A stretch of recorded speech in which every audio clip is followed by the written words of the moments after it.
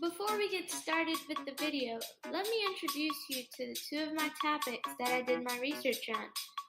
For my historical event, I chose to do my research on the Chinese immigrants from the gold rush, and for the current event, I chose to do my research on the Syrian refugees. So let's get started. So, around 1850s, the news circled the globe that there was gold in California. Of course, when it comes to money, everybody wants more. And Wrong. Especially around this time when wealthiest lived the best life. Around 25,000 people migrated from China to California, and they were mostly young or newly married men. Their family members let them go because they thought they were gonna and live happily ever after, but this didn't happen. On the other hand, Syrian refugees were trying to keep it peaceful.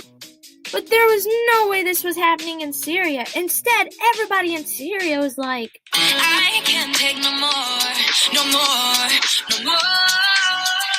Unlike Chinese immigrants, Syrian refugees traveled with their families, and so they had family support throughout their journey.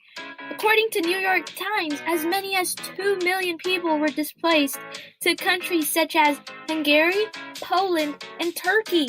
Wait, not this one, the other one. In both of these migrations, people left their country to find a better way of living. Both groups brought their customs and cultures with them to the New World, which was not welcomed.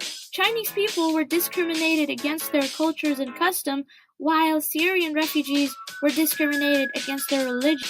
Back to the gold rush. It was hard to survive everyday life in America because Chinese immigrants used all of their money to travel to California until they realized that the gold mountain was just an illusion and it was.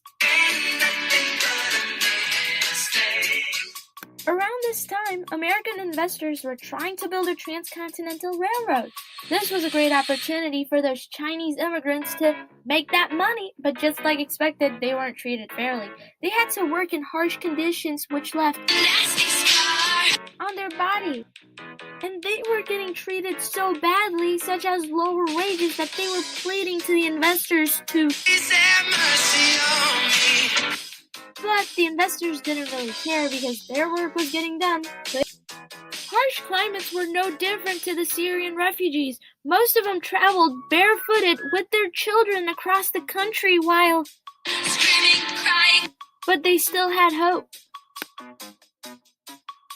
Remember, while all the Syrian refugees migrated with their families, Chinese immigrants, mostly men, traveled alone, leaving their families behind, even though they were. One call away. Phones weren't invented yet, so that's not gonna work. All jokes aside, but people at this point were.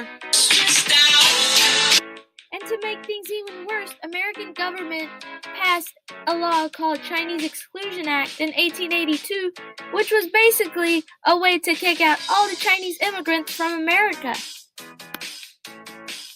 Even though Chinese Exclusion Act sounds bad, Chinese immigrants finally had a hope that they could return back to China and meet their family members. This could be looked over as a positive or a negative thing. Government could have been way more nicer to them.